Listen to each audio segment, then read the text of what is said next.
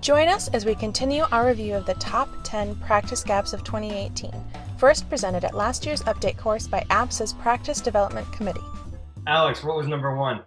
So the most important one, and this is one that also was very popular at the APSA conference this year, is the opioid crisis. But pretty much the recommendations are reduce the total amount of opioids prescribed. And there's studies out there that show that you don't need to be giving opioids for incision and drainages or for breast biopsies. Second recommendation is to use non-opioid analgesics. They work really well in kids, and kids are really comfortable taking these. Tylenol plus NSAIDs, or like Motrin, are equally as effective as narcotics.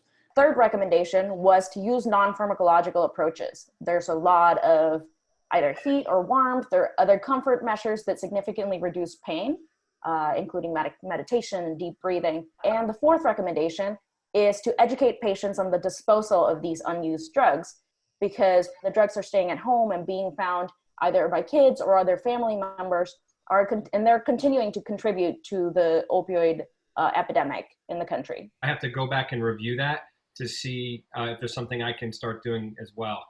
I am really excited for the upcoming course to see what the 10 new practice gaps are. But Ray, what should we be doing with this now? We hear all these practice gaps. What can pediatric surgeons do around the world to help contribute to these?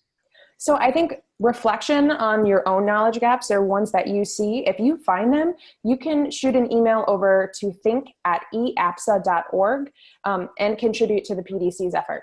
This is the way it's going to happen. We've got to get worldwide participation in this. This whole effort of education and identifying these gaps is huge, and I think we're going to see a change drastically by doing this. So thank you, guys. This is awesome. Thank you for reviewing those, and I'm excited for the 2019 update course. It's on August 2nd.